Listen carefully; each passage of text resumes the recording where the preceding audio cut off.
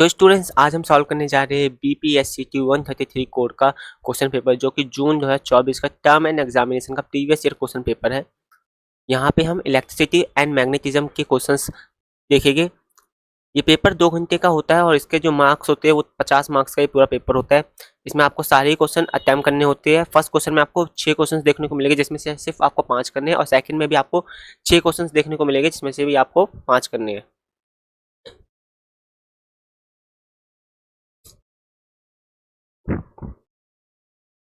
Question paper कुछ इस तरह है। यहाँ पे आपको सारे ही क्वेश्चन ऐसे देखने को मिलेंगे। इस क्वेश्चन पेपर का मैं लिंक डिस्क्रिप्शन में दे दूंगा या फिर कमेंट बॉक्स में आपको इसका लिंक देखने को मिल जाएगा। ओके, एंड यहाँ पे जो थर्ड क्वेश्चन होता है उसमें 5-5 नंबर के 2 क्वेश्चन आपको देखने को मिलते हैं एंड लास्ट आपको सारे ही जो भी फॉर्मूले में आपको कॉन्स्टेंट्स देखने को मिलेंगे उनकी यूनिट देखने को यहाँ पे मिल जाएगी। ओके, तो स्टूडेंट्स अब क्वेश्चन पेपर को सॉल्व करना स्टार्ट करते हैं। सभी क्वेश्चंस और उनके आंसर को मैंने यहाँ पे इस पीडीएफ में डाल रखा है। आपको सिंपली क्वेश्चन पढ़ना है और उसका सोल्यूशन देखना है और फिर उसको आपको खुद से एक बार प्रैक्टिस करनी है। ठीक है, फर्स्ट क्वेश्चन में आपसे 6 क्वेश्चन देखने को मिलेंगे जिसमें से 5 अटेंड करने हैं और 3 मार्क्स का एक क्वेश्चन होता है। ठीक है, यहाँ पहले क्वेश्चन का ए पार्ट में हमारे स्केलर फील्ड दे रखी है और हमें डायरेक्शनल वेक्टर एट पॉइंट्स दे रखे हैं। हमें डायरेक्शन दे रखी है आई कैप प्लस जे कैप प्लस माइनस के कैप बाय √3। हमें ग्रेडियंट का फॉर्मूला लगाना है और हमें यूनिट वेक्टर का फॉर्मूला यहाँ पे दे रखा है। जैसे इन दोनों को सॉल्व करके हमारे पास जो डायरेक्शनल डेरिवेट का फॉर्मूला है उसमें पुट करना है और हमारा जो आंसर आ जाएगा वो आएगा 7/√3। अब √3 को नीचे रखते नहीं तो हम √3 से √3 से मल्टीप्लाई कर देंगे तो हमारे पास जो आंसर आएगा वो 7/√3 आएगा। ओके, तो ये हमारा आंसर है फर्स्ट का। नेक्स्ट जो फर्स्ट का बी पार्ट है उसमें क्या है, यहाँ पे आपको एफ वेक्टर दे रखा है, उसकी वैल्यू दे रखी है, आर वेक्टर की वैल्यू दे रखी है। ठीक है, 0 to 2 तक की लिमिट है यहाँ पर। ठीक है, तो यहाँ पे हमें सबसे पहले हमें फॉर्मूला देख लेना है। हमें इस फॉर्मूले में वैल्यूज पुट करनी है तो सबसे पहले एफ वेक्टर निकालना पड़ेगा। एफ वेक्टर के लिए हमने क्या करा है, एफ वेक्टर को निकालने के लिए हमें एफ का जो फॉर्मूला है वो यूज करना पड़ेगा। ऊपर आएगा आर वेक्टर और नीचे आएगा r/क्यूब। ये है ना फॉर्मूला, इसमें हमें वैल्यूज निकालनी पड़ेगी।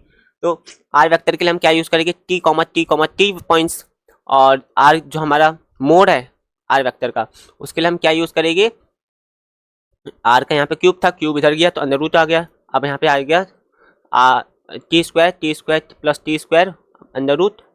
अब हम इन वैल्यूज को इसमें पुट करेंगे फॉर्मूले में। ठीक है, तो हमारे पास आंसर क्या आ जाएगा, ये हमारे पास आंसर आ जाएगा एफ का। एफ हमारा आ गया। डीएल निकालना है, डीएल निकालने का फॉर्मूला होता है dr/dt और .dt। तो dr/dt कितना है 1,1,1। ओके, अब हमें क्या करना है, इन वैल्यूज को इसमें पुट करना है। जो आंसर आएगा वो आएगा ये। ठीक है, उसके बाद हम इसको इंटीग्रेट करेंगे। इंटीग्रेट करने के बाद जो हमारा आंसर आएगा, जो हमारी लिमिट होगी 0 से 2 तक ही होगी, तो 0 से 2 तक की होगी और -1/√3t dt। ये जो हमारा आंसर है इसको हम यहाँ पे रखेंगे। सब इसको इंटीग्रेट करेंगे तो हमारे पास लिमिट आएगी 0 to 2। हमारा जो आंसर आएगा वो आएगा -1/√3। जो हमारी लिमिट जाएगी वो -1/2 से जो है -1/t तक जाएगी। यहाँ पे जो t है वो 0 है, इसलिए it is improper and undefined हमारा आंसर आ जाएगा। Okay, next question. फर्स्ट के सी पार्ट में बोला electric field due to a uniform charge sphere, radius हमें दे रखा है। ठीक है, और हमें यहाँ पर हम 9.0 न्यूटन कूलम इनवर्स है at 0.15 from center, find the net charge and volume density. तो आउटसाइड द स्फीयर जो है हमारा ज़्यादा है रेडियस उसका। ई की वैल्यू हमारी आई है 1/4πε0 और Q/r²। ई की वैल्यू हमें गिवन है, आर की वैल्यू भी गिवन है, एप्सिलॉन नॉट की वैल्यू होती है 8.99 इंटू 10⁹। हम 9 भी ले सकते हैं, 9 इंटू 10⁹। ओके, तो इसको सॉल्व कर लेते हैं। अब हमें पता है कि जो क्यू की वैल्यू है वो क्या है, सॉरी ई की वैल्यू क्या है, 9 है। 9 है ना हमारे पास, तो यहाँ पे हम 9 की ई की वैल्यू पहले ही रख लेंगे और जो हमारे एप्सिलॉन नॉट जो हमारे 1/4πε नॉट की वैल्यू है वो यहाँ पे रख देंगे हम ऊपर, और नीचे हम रख देंगे यहाँ पे रेडियस का स्क्वायर। क्यू को हम लेफ्ट साइड ले जाएंगे और 9 को हम राइट साइड ले जाएंगे, तो हमारा जो आंसर आएगा वो कितना आएगा 2.25 इंटू 10⁻11 कूलम। अब हमें वॉल्यूम चार्ज डेंसिटी निकालनी है, उसके लिए हमें फॉर्मूला कौन सा यूज़ करेंगे, ये वाला फॉर्मूला यूज़ करेंगे, Q/4/3 pi R cube. R की वैल्यू है हमारी 0.05 मीटर। वैल्यूज़ को हम जस्ट पुट कर लेंगे, हमने सारी वैल्यूज़ निकाल ली है। अब उसको पुट करेंगे तो हमारे पास आंसर आएगा 4.30 इंटू 10⁻⁻8 कूलम मीटर स्क्वायर। ये अप्रॉक्सीमेटली वैल्यू है, ठीक है। आपका आंसर कुछ हल्का सा माइनस सा चेंज होगा अगर आप 8.99 नहीं रखते हैं, ठीक है, वरना तो आंसर सेम ही आएगा। अगला क्वेश्चन बोल रहा है सिलेंड्रिकल गॉसियन सरफेस है, रेडियस हमें 0.5 मीटर दे रखी है, हाइट हमें 10 मीटर दे रखी है, और enclose charges electric field normal to surface is 900 newton coulomb. Calculate the volume charge density. Volume charge density निकालनी है गॉस लॉ से। हमें ये वाला फॉर्मूला याद होना चाहिए, ठीक है। जो चार्ज एनक्लोज होगा by epsilon not. Epsilon not की वैल्यू हमें पता होनी चाहिए, जो हमें पेपर के लास्ट में भी दे रखी है। आप सरफेस का जो हमें होता है, सरफेस सिलेंडर का सरफेस का फॉर्मूला होता है 2π/RH, ठीक है। 2π.0.5 क्या हमारा रेडियस था और 10 हमारा क्या थी, हाइट थी। जब हम आंसर निकालेंगे तो हमारे पास आंसर आएगा 10πm²। फ्लक्स निकालने का फॉर्मूला होता है E.2π/RH, और 9 है हमारी ई की वैल्यू कितनी दे रखी है, 900 न्यूटन कूलम इनवर्स डॉट 10π अभी जस्ट हमने निकाला है, ओके। अब जो हमारा चार्ज एनक्लोज में है उसके लिए फॉर्मूला क्या यूज होता है,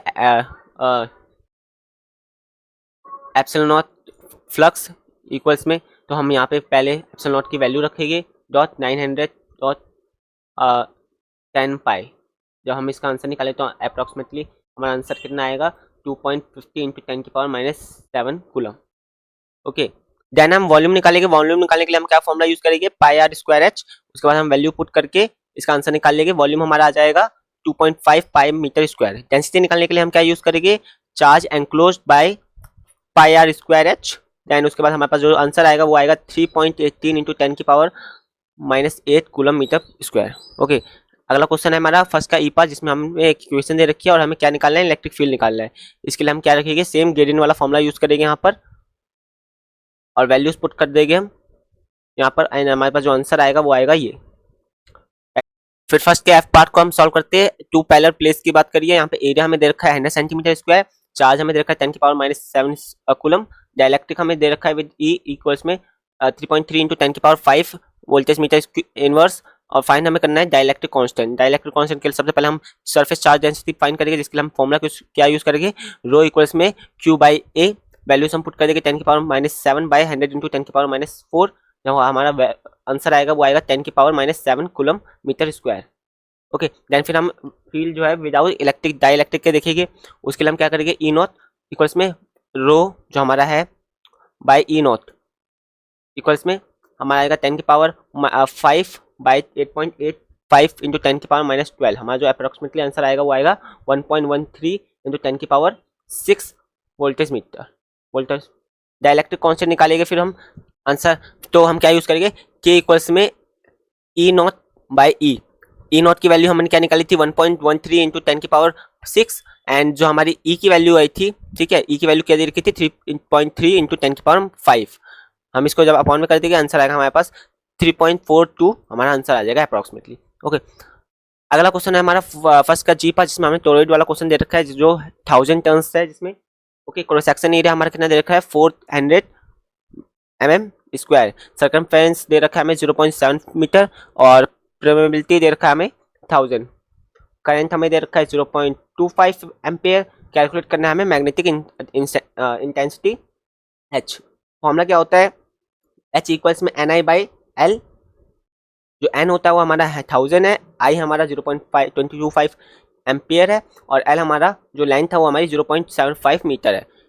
वैल्यूज को पुट करना है और आंसर आ जाएगा हमारे पास 333.33 ampere by metre.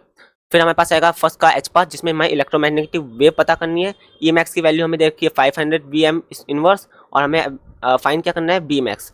B max equals में ई मैक्स बाई सी, सी की वैल्यू हमारी होती है 3 इंटू 10⁸। ई मैक्स की वैल्यू हमें दे रखी है 500 VM इनवर्स, जो कि हमें 500 यहाँ रखेंगे, तो हमारे पास आंसर क्या आएगा 1.67 into 10⁻⁻6 Tesla. Question number second हम सॉल्व करेंगे। क्वेश्चन नंबर सेकंड में हमें फिर से 6 क्वेश्चन देखने को मिलेगा, हमें 5 अटेंड करने, हर क्वेश्चन 5 नंबर का होता है। क्वेश्चन नंबर सेकंड का ए पार्ट में बोल रहा है वायर लूप, रेडियस हमें दे रखा है 20 सेंटीमीटर का, रेजिस्टेंस हमें दे रखा है 3.0 ओम का, magnetic field increase at 0.10 Tesla, यानी कि मैग्नेटिक फील्ड इंक्रीज हुई है 0.10 टेस्ला पर सेकंड पे।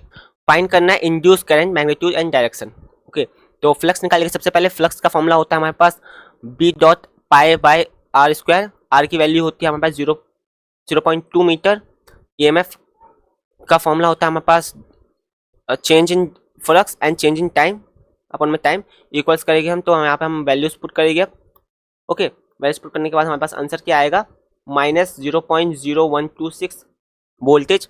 अब हम करंट का फॉर्मूला यूज करेंगे। करंट के फॉर्मूले के लिए हम क्या यूज करेंगे, मोड ऑफ जो हमारा ईएमएफ है बाय आर, जो हमारा रेजिस्टेंस है। ठीक है, तो हम इसको वैल्यूज पुट करेंगे और हमारे पास आंसर आएगा 4.2 इंटू 10 की पावर -3 एम्पियर। ठीक है, अब यहाँ पे हम याद रखेंगे कि जो डायरेक्शन है by Lenz law, current opposes a increasing field. ठीक है, तो इसका मतलब जो हमारी डायरेक्शन होगी, ठीक है, वो इनटू द पेज होगी और क्लॉकवाइज होगी। ओके, ये वाली लाइन लिखना जरूरी है, आपको ये लाइन जरूर लिखनी है। ठीक है, by Lenz law. Next question, question number B, जिसमें हमें एक साइनिकल वाई दे रखी है, रेडियस आर दे रखा है, करंट आई दे रखा है और यूनिफॉर्मली डिस्ट्रीब्यूट है। हमें क्या फाइंड करना है, find the magnetic field at r is greater than capital R. Okay, तो बाय एम्पेयर लॉ हमें क्या लगाना है, बाय एम्पेयर लॉ लगाना है। ठीक है, जो हमारा होता है close integral by B vector dot d l vector equals में mu naught into I enclosed. ठीक है, जो एनक्लोज करंट होता है। अब हम ये फॉर्मूला यूज करेंगे और हम यहाँ पे जानते हैं करंट डेंसिटी का फॉर्मूला क्या होता है, जे इक्वल्स में आई बाय पाई आर स्क्वायर, जो कैपिटल आर स्क्वायर है। एनक्लोज करंट के लिए हम क्या यूज करेंगे, आई एनक्लोज इक्वल्स में J dot pi r square. Okay, equals में आई की वैल्यू यहीं रहने देंगे, pi r square by pi r capital R square. Okay, J की वैल्यू हमने यहाँ पे पुट करी है, जे की वैल्यू जब हम यहाँ पे पुट करेंगे, ये वाली वैल्यू जब यहाँ हम पुट करेंगे, ठीक है, और बाकी तो हमारे पास पाई आर स्क्वायर था, इस फॉर्मूले में पाई आर था स्क्वायर था, एंड जे की वैल्यू जस्ट हमने पुट करी, तो ये फॉर्मूला बन के रेडी हुआ है। ये फॉर्मूला कहाँ से आया समझ गए।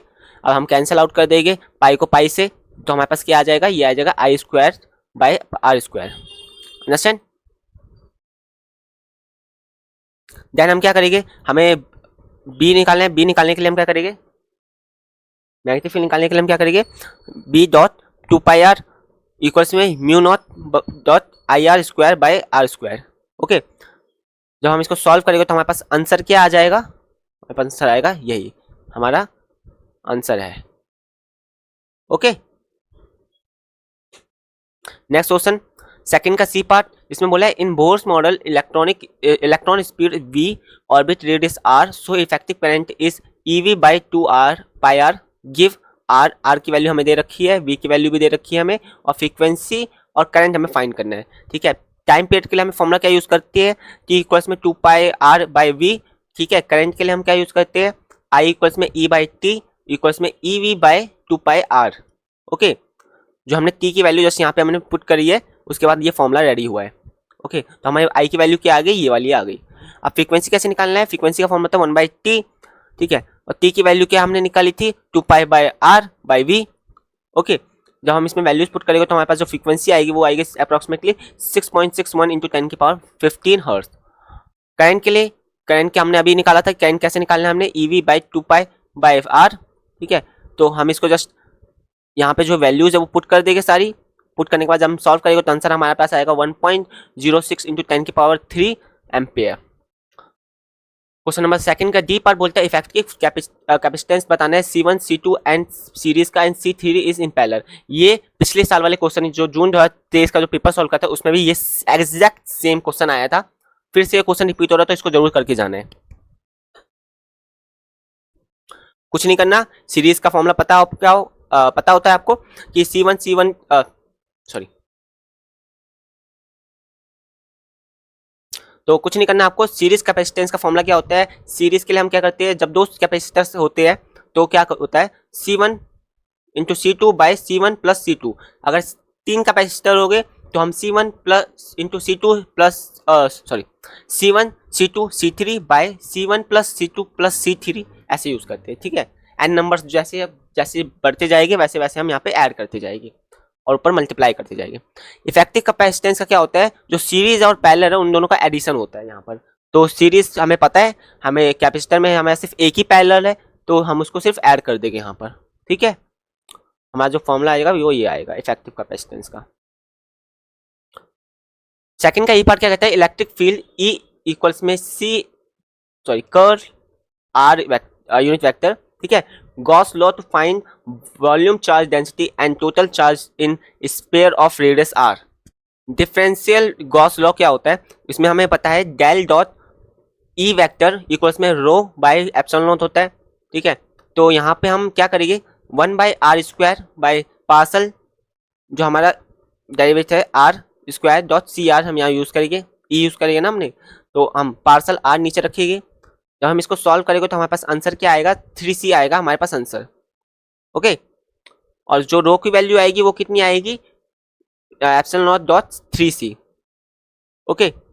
देन हम टोटल चार्ज कैसे निकालेंगे, चार्ज के लिए हम चार्ज यहाँ रखेंगे एंड इक्वल्स में हम लिमिट्स लगा देंगे, लिमिट इंटीग्रल लगाएंगे 0 to r तक, rho dot 4πr² by d r हमारा क्या है, change in radius, okay. Values को पुट करेंगे यहाँ पर एंड हमारे पास आंसर क्या आ जाएगा, 4π epsilon naught CR square cube, sorry CR cube, okay. Mainly ये वाला फॉर्मूला भी आपको याद करना है, क्या यहाँ पे हमने क्या पुट करा है, कैसे करा है वो आप पता चल गया होगा। जो हमारे डेल की वैल्यू थी वो यहाँ से ली गई है, ठीक है, और ई वेक्टर की वैल्यू कहाँ से ली गई है, वो यहाँ से ली गई है। समझ में आपको कंफ्यूजन होगी तो मैंने इसलिए एक बार समझा दिया कि कैसे ये फॉर्मूला बना, ठीक है। और बस जब जस्ट हमने सॉल्व किया तो हमारे पास क्या आ गया, 3c आया है। उसके बाद हमने रो के जो फॉर्मूला है उसमें रो में ये फॉर्मूला पुट कर दिया है, ओके, अंडरस्टैंड। तो क्वेश्चन नंबर सेकंड का एफ पार्ट क्या कहता है, how much work needs to be done to transport an electron from positive terminal of a 6 volt battery to its negative terminal, okay. तो यहाँ पे हम वर्क का फॉर्मूला यूज करेंगे जो कि हमारे पास होता है Q डेल्टा V।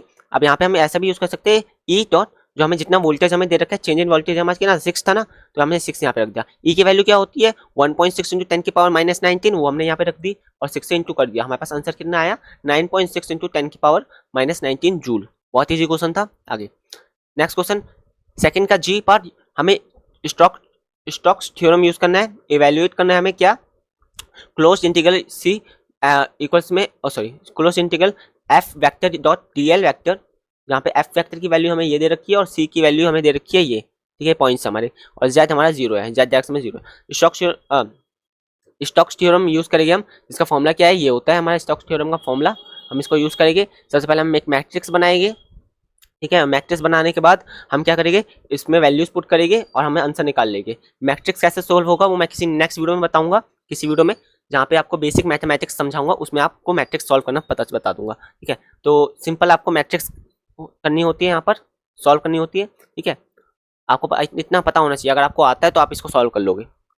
जेड की वैल्यू है 0 और डेल इंटू एफ वैक्टर हम करेंगे, डी एस का जो होता है के D X Y, ellipse area हमारा π/4.3 है हमारा, जो आएगा हमारे पास, जब इनको मल्टीप्लाई करेंगे तो 12 पाई हमारा आंसर आएगा, 12 पाई। जो एक्लिप्स का एरिया आएगा हमारे पास वो 12 पाई आएगा, ओके।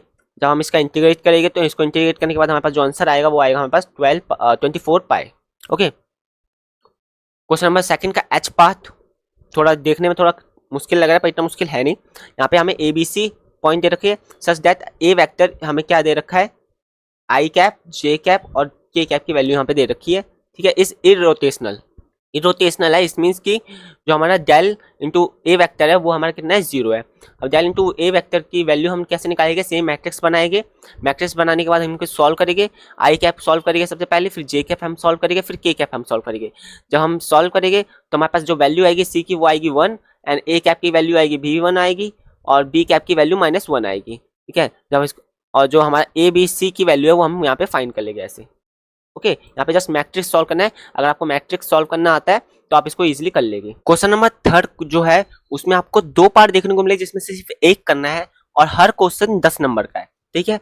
मैं इनके जो है आंसर वो आपको पीडीएफ में दिखा दूंगा, आपको एग्जैक्ट उन पीडीएफ को लर्न कर लेना है, समझ लेना है, ठीक है, एग्जैक्ट, क्योंकि 10 नंबर का क्वेश्चन है तो आपको प्रॉपर लिखना होगा तरीके से, तभी आपको ना मार्क्स मिलेगी उसमें।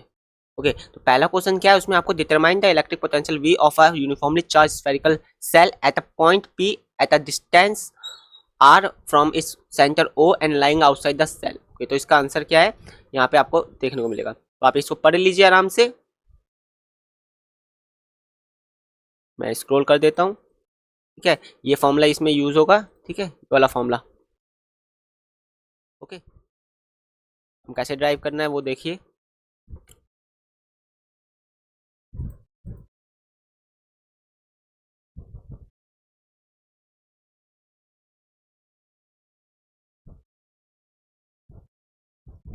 जो फाइनल आंसर आएगा वो ये आएगा। ठीक है, the electric potential at a P point outside the shell is small r is greater than capital R is. Okay,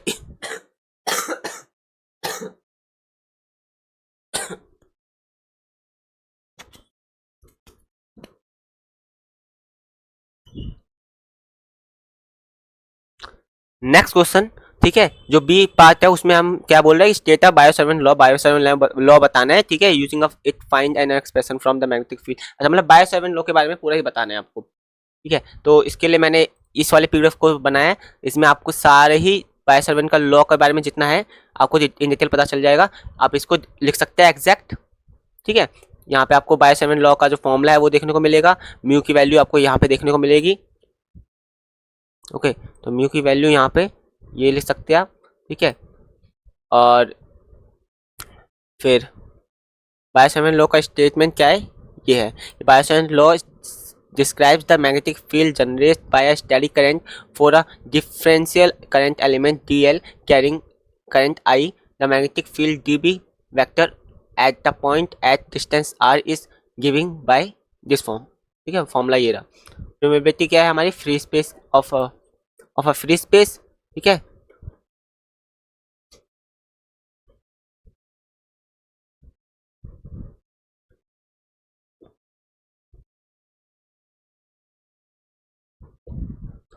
final answer क्या आएगा हमारा, ये वाला आंसर आएगा। ये वेक्टर है और ये हमारा मैग्नीट्यूड का है। ठीक है,